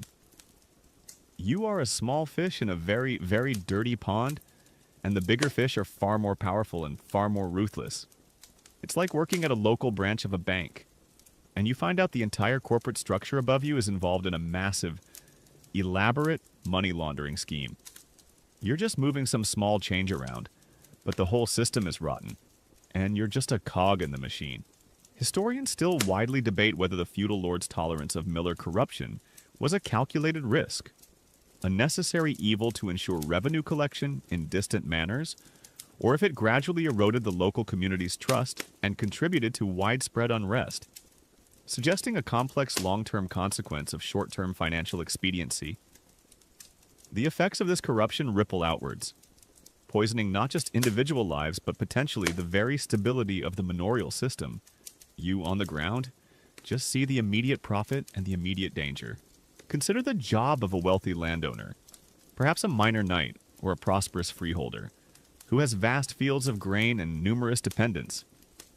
He might approach you not with a paltry bribe, but with a complex proposition, a substantial gift, to ensure his grain is consistently undervalued in the official records, saving him massive sums over the years. This isn't a one-time thing. It's an ongoing arrangement, a tacit understanding that you will protect his interests in exchange for a continuous stream of illicit income. This kind of arrangement draws you into a deeper web of complicity, making you an active participant in large-scale tax evasion, not just petty extortion. You become an accomplice, bound by mutual interest to powerful, unscrupulous individuals. It's like a powerful tech CEO offering you a consulting fee to make sure their company pays absolutely no taxes for the next decade. And you suddenly find yourself with a surprisingly comfortable, ethically questionable, new income stream. The moral slippery slope is steep and fast. What starts as accepting small gifts quickly escalates to demanding them. You become more brazen, more confident in your ability to extract extra funds. The line between what's legal and what's corrupt blurs until it disappears entirely. Your conscience, already dulled by the contempt of others, becomes even more muted as the allure of wealth takes over. You begin to see every interaction not as a service, but as an opportunity for personal enrichment, a chance to take advantage of someone's desperation or eagerness. This pervasive corruption also means you have to be constantly wary of being double-crossed. The merchant who offered you a bribe might later accuse you of extortion if it suits his purpose, perhaps to avoid a larger dispute with the Lord. The powerful landowner might decide you're no longer useful and arrange for your downfall, accusing you of the very corruption he encouraged. You operate in a world where trust is a liability, and everyone is looking out for themselves. You learn to keep meticulous, hidden records of your illicit dealings, not for official purposes, but as leverage, as insurance against those who might try to expose you. It's like being a spy, but everyone around you is also a spy, and no one can truly be trusted. And your very livelihood, perhaps even your life, depends on it. The temptation to embezzle from the Lord's share itself is also ever present. After all, you collect the money and the grain. Who's truly checking every single measure you could declare a lower sum than you actually collected, siphoning off a portion for yourself before sending the rest up the chain to the bailiff? This is a riskier game, one that could lead to severe punishment if caught, but the potential rewards are immense. The thought nags at you, a constant whisper of even greater wealth, even greater power, just a single dangerous step away. This culture of corruption is not just external, it becomes internalized. You start to think of money as the ultimate measure of worth, the only true source of power and security in a brutal world. The pursuit of wealth becomes an addiction, a relentless drive that overshadows all other concerns. You might neglect your family if they haven't already abandoned you, your health, your few remaining social connections, all in the tireless quest for more. The silver glints in the darkness, a mesmerizing beacon that pulls you further and further away from the light. The fear of exposure is a constant companion. If your corrupt dealings come to light, either through an investigation by a watchful bailiff, or a desperate complaint from an aggrieved villager, perhaps one who has nothing left to lose, the consequences could be dire: imprisonment, severe fines, confiscation of all your property, even public humiliation or physical punishment. This fear adds a sharp edge to every bribe accepted, every illicit deal made. You walk a tightrope, balancing immense personal gain against the constant threat of total ruin. It's like being a high-wire artist, but the wire is covered in grease and someone keeps throwing bananas at you. And the audience actually wants you to fall, hoping you land in a pit of angry villagers. So, as the sun beats down on your mill, and the whispers of illicit deals fill the dusty air, you are constantly making choices. Do you take the bribe? Do you demand an extra fee? Do you skim a little off the top? Each decision drags you deeper into the moral mire, reinforcing the corrupt system that birthed your profession. The temptations are too great, the rewards too alluring, and the risks, while present, often seem distant compared to the immediate gratification of more silver and more grain. This environment of bribery, corruption, and temptation truly suck the integrity out of your daily life, leaving you adrift in a morally treacherous landscape, forever stained by the glittering, tainted allure of illicit wealth. You, our medieval miller, are now deeply enmeshed in the moral compromises and social isolation of your profession. You've profited, but you've paid a heavy spiritual price. Yet, there's one last crucial layer of your miserable existence we must examine: the illusion of the Lord's protection. You cling to the idea that the feudal lord, whose wealth you augment and whose monopoly you enforce, will always be there to shield you from the righteous anger of the peasants and the inherent dangers of your trade. But as you'll soon realize, that protection is fickle, conditional, and ultimately an empty promise. A common historical truth is that while feudal lords established mills as lucrative monopolies and nominally protected their millers as valuable assets, the practical extent of this protection was often limited. Lords were primarily concerned with the flow of revenue, and while they would intervene to prevent outright destruction of the mill, or the death of a miller that disrupted income, they might tolerate or even implicitly allow minor acts of peasant defiance or violence against millers as a pressure release, or if it didn't significantly impact their bottom line. You are a tool, and tools, while useful, can be replaced if they break. It's like being a highly paid, but very annoying, security guard for a powerful, ruthless corporation. They'll give you a uniform and a badge, but they might not rush to your aid if a few disgruntled customers decide to express themselves by throwing rotten tomatoes. And you just know they'll prioritize profit over your pristine uniform. Imagine a tense, simmering afternoon at your mill. A group of villagers, perhaps led by a particularly vocal farmer whose family is teetering on the edge of starvation, confronts you. Their accusations are loud, their faces contorted with rage, their frustration palpable. They accuse you of cheating, of stealing, of being a thief of bread. You feel the familiar surge of fear, your eyes darting towards the road leading to the manor house, hoping to spot the Lord's bailiff or a patrolling guard. Suddenly, a small commotion erupts. A stone is thrown, narrowly missing your head. The crowd surges forward, their anger threatening to overwhelm you. And then, you see them. Two of the Lord's guards, clad in their leather jerkins, their spears glinting in the sun, emerge from the direction of the manor. They hear the shouting, see the agitated crowd. Your heart leaps with a desperate hope. Finally, a protection. But their approach is slow, deliberate. They cast a casual glance your way, their expressions unreadable, perhaps even a hint of amusement in their eyes. They don't quicken their pace. They don't draw their weapons. They simply continue their patrol, deliberately giving you enough time to handle the local disturbance yourself. They are a visible symbol of the Lord's power. Yes, but their protection is not immediate, not personal. It's a distant, indifferent shield. It's like being robbed, and the police car just drives by slowly, waves and yells. Good luck with that. We'll get there eventually. This tacit permission for minor violence, this deliberate delay in intervention, serves a purpose for the Lord. Allowing a miller to suffer a few bruises, or even a public humiliation, can sometimes diffuse wider resentment, preventing larger, more organized peasant revolts.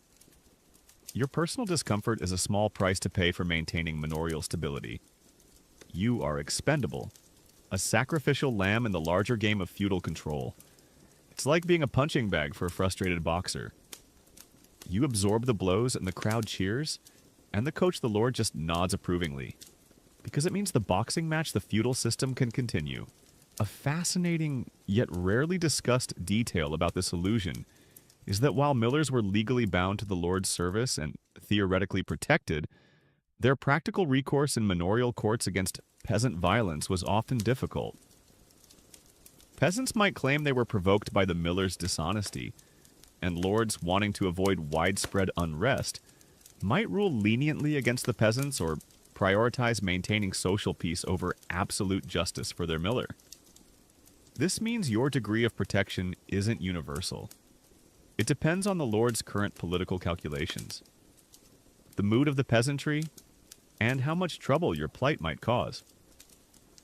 You're not just a miller, you're a pawn in a much larger, often deadly political game, and you're on the lowest rung. Historians still widely debate the effectiveness of manorial legal recourse for individual millers who suffered violence or financial losses in the countryside, and whether the bureaucracy and distance from the lord's direct oversight made justice slow and often unattainable, suggesting that while the laws existed, their practical application was often severely limited. For you, on the ground, justice feels like a distant concept, a privilege reserved for the truly powerful, not for a despised local agent. You can't just sue someone in small claims court for a bruised ego and a stolen sack of flour. You're more likely to just get more bruises. Consider the job of a scribe in the Lord's manor house, meticulously recording petitions and complaints. You might, in desperation, attempt to file a formal complaint about an assault, hoping for the Lord's justice. You spend hours meticulously detailing the incident, describing the faces, the insults, the physical blows. The scribe listens impassively, takes your statement, and files it away. Days turn into weeks, weeks into months. You hear nothing. No arrests are made. No justice is served.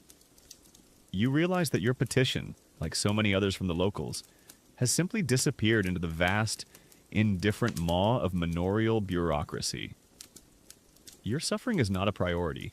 Your complaint is just another piece of parchment in a mountain of similar grievances. It's like sending an email to a giant corporate customer service department and getting an automated reply that says, "Your concerns are very important to us, just not important enough to do anything about." And you just know your email is going straight to the spam folder. This lack of reliable protection fosters a deep sense of vulnerability. You might have the Lord's authority theoretically behind you, but in the immediate, gritty reality of the village, you are largely on your own. You learn to rely on your own wits, your own strength, and your own ruthlessness to survive.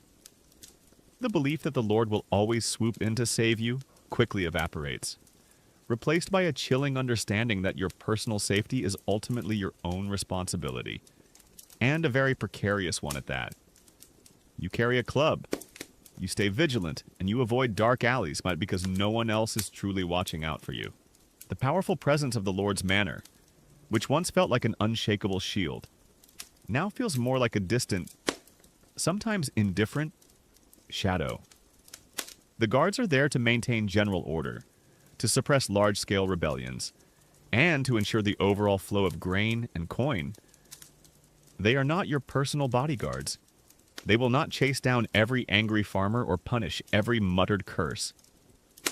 You are left exposed, a lightning rod for the populace's hatred, with only the occasional, often too late, intervention from your supposed protectors.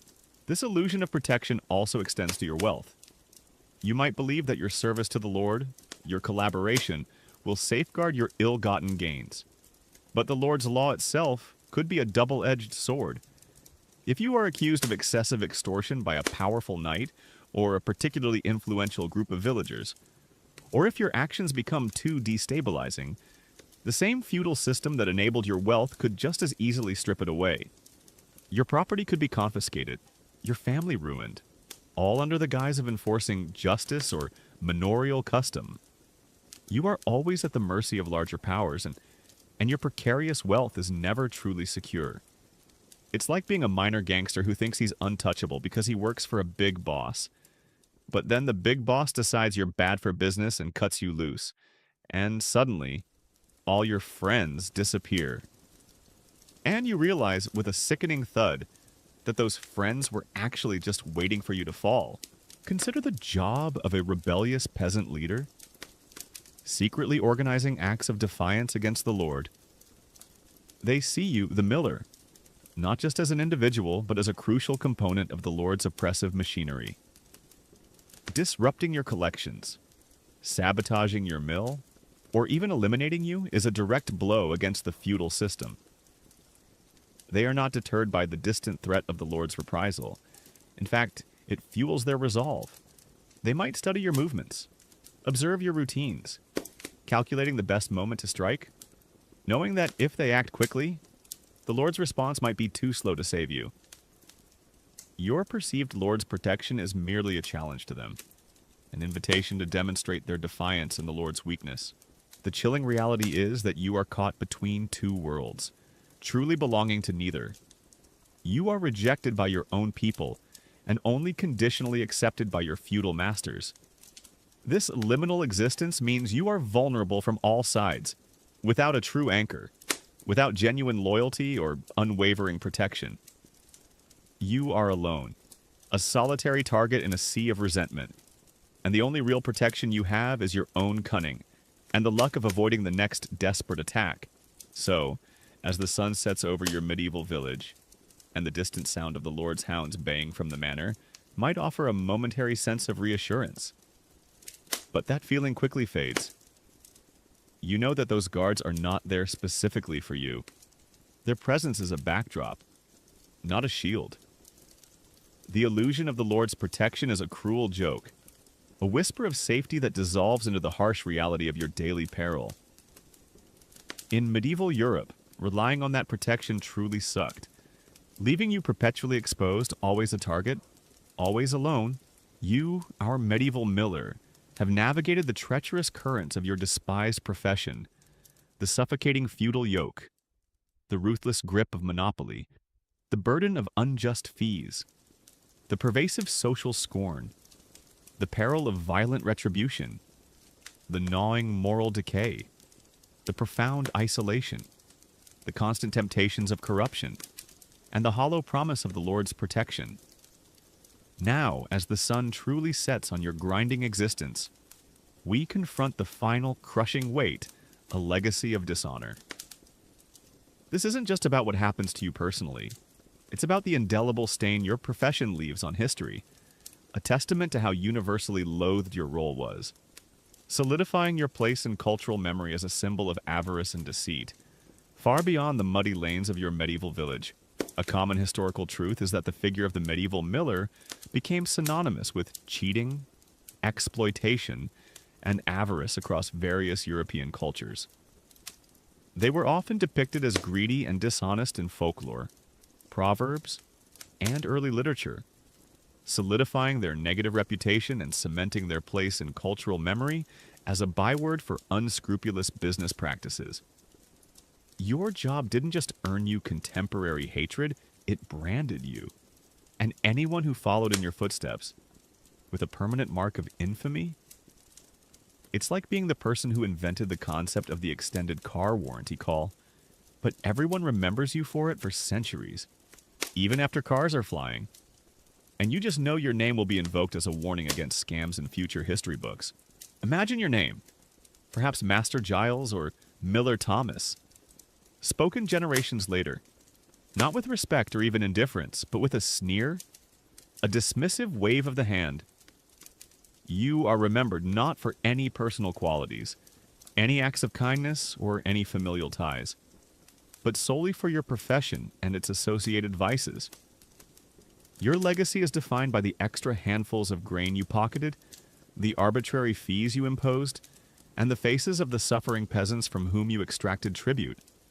You are frozen in time as a symbol of exploitation, a willing participant in the economic subjugation of your own people.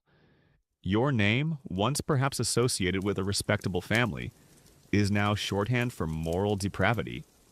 It's like being remembered only for that one time you cut in line at the grocery store, but for all of eternity. And it's taught in ethical philosophy classes, and there's no way to delete the digital footprint. This isn't just a localized phenomenon within your small English village. The negative portrayal of millers was widespread across medieval Europe, from the bustling markets of France to the distant hamlets of Germany. Wherever manorial mills operated, similar figures emerged, earning similar disdain. This means your dishonor isn't confined to your small corner of the world. It's part of a broader pan-European narrative of exploitation and resentment. You are part of a global phenomenon of hatred, a fascinating yet rarely discussed. Detail about this legacy is that the enduring negative portrayal of millers in popular culture also contributed to a broader societal distrust of figures involved in commodity processing and trade, subtly embedding a skepticism towards those who mediate essential goods, a sentiment that sometimes lingers even in modern consumer perceptions. This means that even today, when someone suspects they're getting less than they paid for at a market, a tiny, almost subconscious echo of the ancient medieval miller resonates in their disdain. You, a historical figure, unwittingly became part of a timeless archetype of the disliked middleman. It's like being a character in a classic nursery rhyme who everyone remembers as the greedy antagonist. And your name becomes synonymous with avarice. And there are no royalties, just endless scorn. Historians still widely debate whether the overwhelmingly negative portrayal of medieval millers in historical sources and literature accurately reflects the average behavior of all individuals in the profession, or if it was an exaggerated stereotype perpetuated by a peasantry resentful of feudal monopolies and economic burdens, suggesting that some millers might have been more scrupulous than their historical reputation suggests. But their individual conduct was overshadowed by the systemic nature of their role. However, for those living under their thumb, the stereotype was their painful reality. Consider the job of a future historian looking back at medieval England, sifting through ancient texts, manorial records, and fragments of folklore. They piece together the daily lives of the common people, their struggles, their beliefs, and inevitably, they encounter the figure of the miller. They read accounts of the people's hatred, the accusations of extortion, the stories of their social ostracization. You are not a hero, or even a nuanced character with complex motivations. You are a symbol of oppression, a necessary evil, a figure of scorn. Your story is told as a cautionary tale, a grim reminder of how power can corrupt and how collaboration with an oppressive system can lead to infamy. They don't write ballads about your bravery. They write satirical poems about your dishonesty. The very language used to describe millers in historical accounts is laced with contempt.